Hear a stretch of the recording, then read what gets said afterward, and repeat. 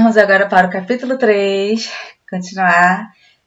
Ho'oponopono, da espiritualidade à abundância. Essa parte foi escrita pela Nathalie Boudin.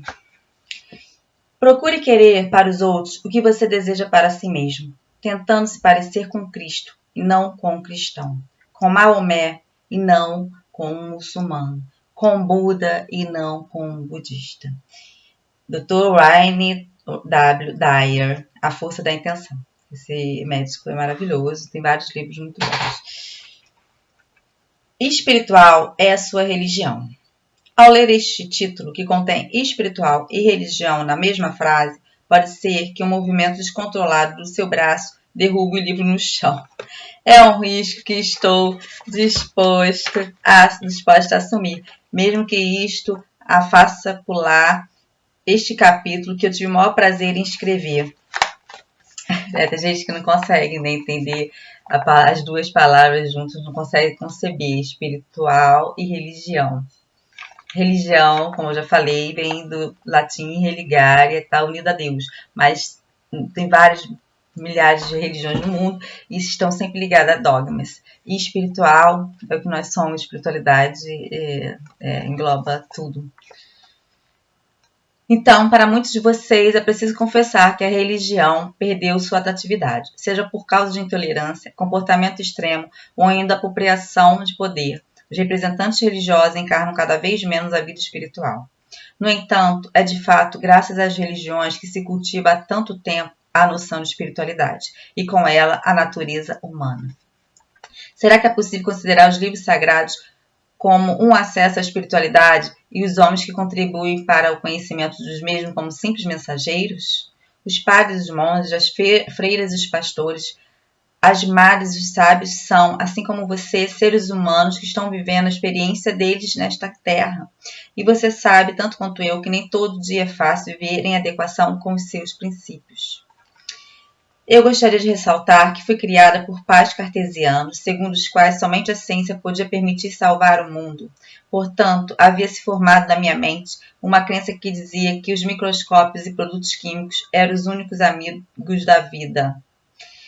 Cartesiano é isso, a pessoa não acredita, só acredita na matéria, não acredita em nada subjetivo, nada espiritual, no mundo espiritual.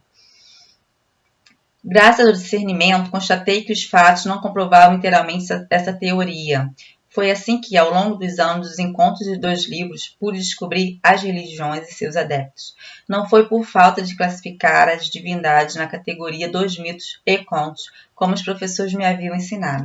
Porém, elas iam se destacando um pouco mais toda vez que os textos descobertos me pareciam certos e relevantes. É por isso que o meu olhar sobre o mundo da religião é um tanto quanto singular, pois provém de uma exploradora da espiritualidade. Então, eu me considero uma exploradora da espiritualidade.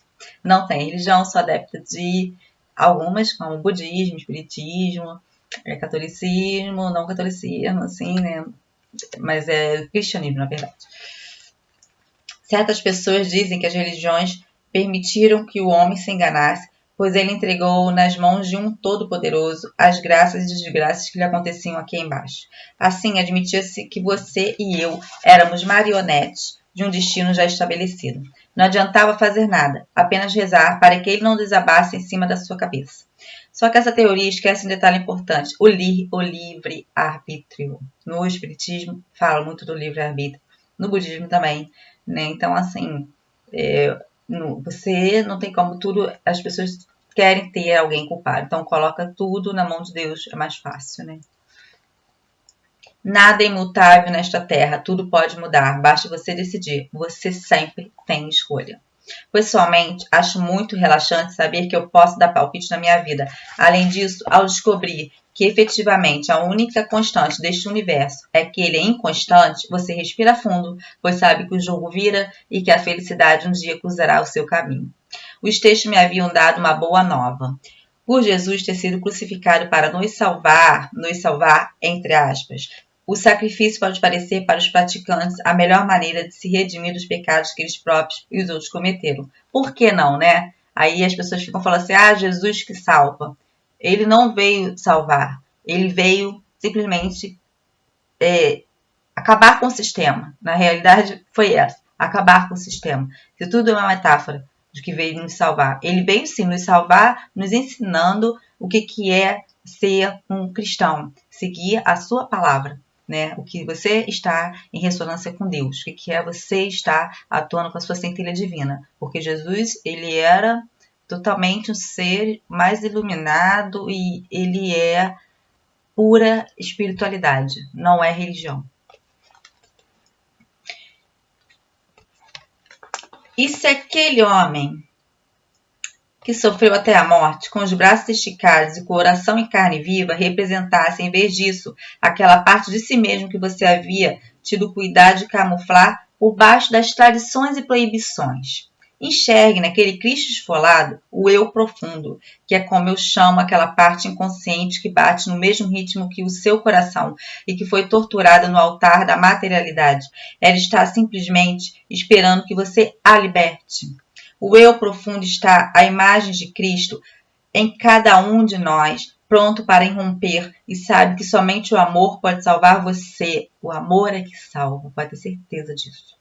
O único sofrimento que ele provoca é fazer você sentir que há algo maior do que a posse de um carro, de uma casa ou de uma família. Esta dor é a inexpressão da sua espiritualidade. Essa dor que você sente é porque você não deixa a sua espiritualidade se expressar. A Bíblia narra a ressurreição de Cristo, o que eu considero também como um sinal muito positivo. O eu profundo, aquele Cristo crucificado pelos medos, ressuscitou. Não deveríamos ver aí um exemplo da sua aptidão a ser o milagre da sua vida? Você pode deixar o que está no fundo do seu coração retomar vida, e a melhor ferramenta para conseguir isto é o amor. Eu olho para a cruz e para Jesus pensando que um dia liberarei totalmente a minha aptidão, que é amar incondicionalmente tudo o que existe, fazendo desaparecer para sempre o sofrimento da cruz da minha vida. Imagine se todos os seres humanos decidissem deixar sua voz divina falar. Fossem eles católicos, protestantes, muçulmanos, hinduístas, pouco importaria a religião, aliás. A partir deste momento, poderiam aparecer outros símbolos nos templos e igrejas. E por que não um texto que dissesse: obrigado, eu te amo. Sonhar não arranca pedaço. Ho'oponopono, reencarnação e família. Para quem, assim como eu, acredita em reencarnação, eu gostaria de dizer que encontrei na prática do Ho'oponopono um sentido para a presença de cada um nesta vida. Vou resumir aqui um princípio da reencarnação, tal como eu o entendo, no intuito de expor o meu raciocínio de forma mais fácil para você. Tudo começa na concepção de si, o eu profundo, como eu o designo. Ela designa como eu profundo, a concepção de si.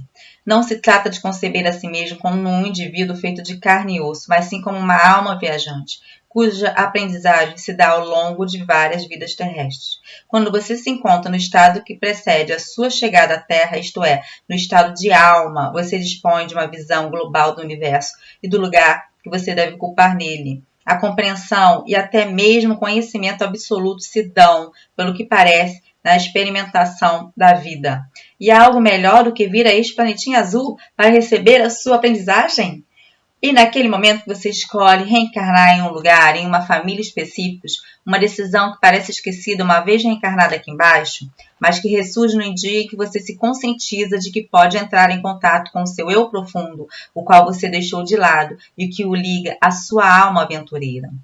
Talvez você o tenha deixado de lado para encontrar o melhor, aliás. Enfim, um contato foi estabelecido, seja através da meditação ou de um retorno à natureza. Você sente no fundo de si mesmo que veio até aqui com o objetivo de enriquecer pela experiência os seus conhecimentos. E com um pouco de sorte, esta vida pode ser a última que você vai passar aqui, antes do grande salto em direção ao Nirvana. Então, com sorte, você consegue resgatar tudo que você precisa, desenvolver todo o seu amor incondicional e não precisar mais reencarnar aqui na Terra.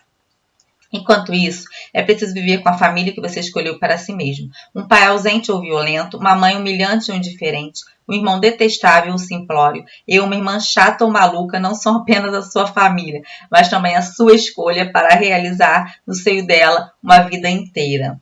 E como introduzir a compaixão no seu coração e aceitar essa escolha inacreditável que você fez ao decidir nascer uma família tão violenta e indiferente. Primeiro, perdoando a sua alma, o seu eu profundo, por ter decidido viver em meio àquelas pessoas. Trata-se simplesmente de agradecer a ela por ter realizado essa escolha. Nada como se perdoar com amor, para em seguida poder perdoar os outros e assim impregnar-se de compaixão. É o que eu sempre falo. Você primeiro tem que se trabalhar no auto-perdão, se perdoar incondicionalmente para você conseguir perdoar o próximo. Perdoar também incondicionalmente de forma fácil e leve. Isso que é viver com leveza. No conceito de reencarnação escolhida e desejada, a família é muito mais do que um reflexo da sua personalidade. Ela é o espelho da sua alma. E mais, ela é mensageiro e guardiã do que você vai aprender nesta terra. A escola da vida tem como turma principal a família. É uma aula a qual você não pode faltar, pois mesmo sendo órfão, é através da ausência dela que você vai aprender tudo. Para certas pessoas, é a aprendizagem do desapego emocional, para outras, é aprender a não alimentar expectativas. Não importa a quantidade de vidas que você passará tentando, a aprendizagem levará o tempo necessário para a sua compreensão. Quando eu me conscientizei plenamente que a minha escolha familiar havia sido guiada desta forma, percebi que precisava parar de lutar contra ela, de lutar contra mim mesma. Os ressentimentos, rancores, decepções, expectativas que eu havia acumulado com relação aos meus pais foram pouco a pouco perdendo substância. Eu devia finalmente confessar a mim mesma que ter reencarnado em meio àquelas pessoas me havia permitido entender tantas coisas que eu não podia achar lugar melhor para evoluir.